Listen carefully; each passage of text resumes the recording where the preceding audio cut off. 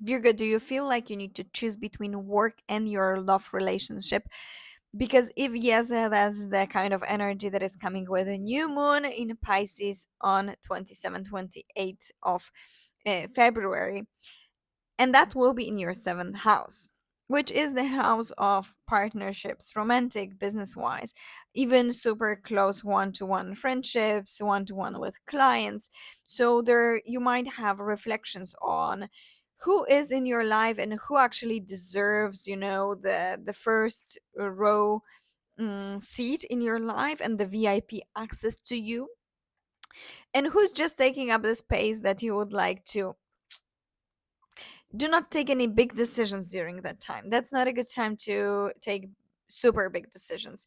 But you need to be aware that Jupiter will be squaring from your 10th house, which is house of the career, right? And it might be that your big ambitions that you want to break through and level up in your career work with your reputation and so on, and you are not getting the support you would like to from the people that are the closest to you. So you would like to expand, you would like to move with your career, but some people are not happy with that. It might be also that actually the job you are in the career is eating up so much of your time. You are working overtime, you need to stay longer, you need to go on a weekend maybe, or work during the weekend, and then you are like,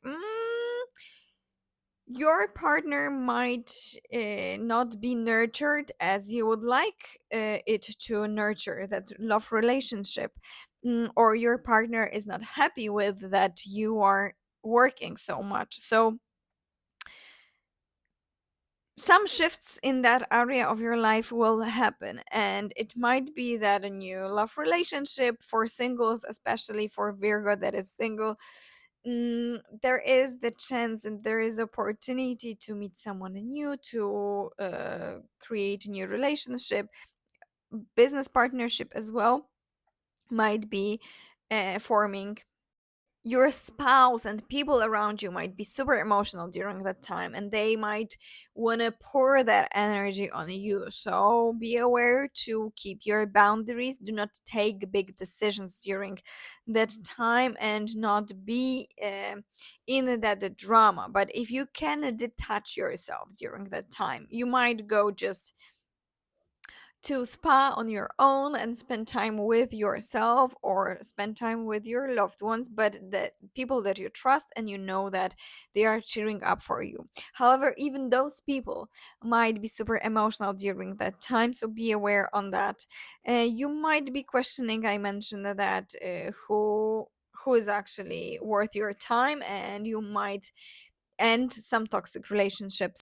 And if you are in that mode that your work is taking too much space in your life, or your love is not giving you the space to do work, try to find balance and communicate that clearly about your needs, what you need, why are you in that situation.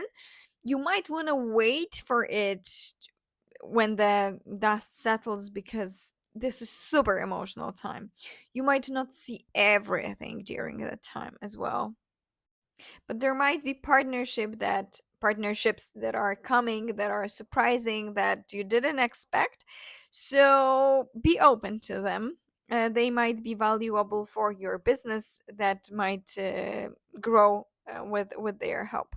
And make sure that you do not overwork, because Jupiter in 10th house, it might be that you have uh, yeah, it might be that you have too much work during that time. You need to stay longer, you need to deliver, you need to do everything. So do not overwork yourself, because burnout is,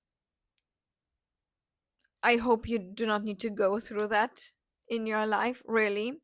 This is super draining energy, and it's like you don't want this, so do not over yourself.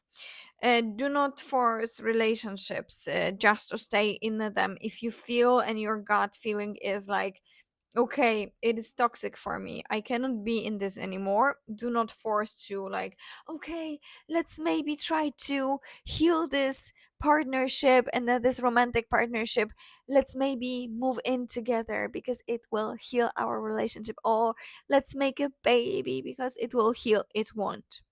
If your relationship is toxic, if that is not working for you and your partner, it will not work if you move in together. I've tried, didn't work out.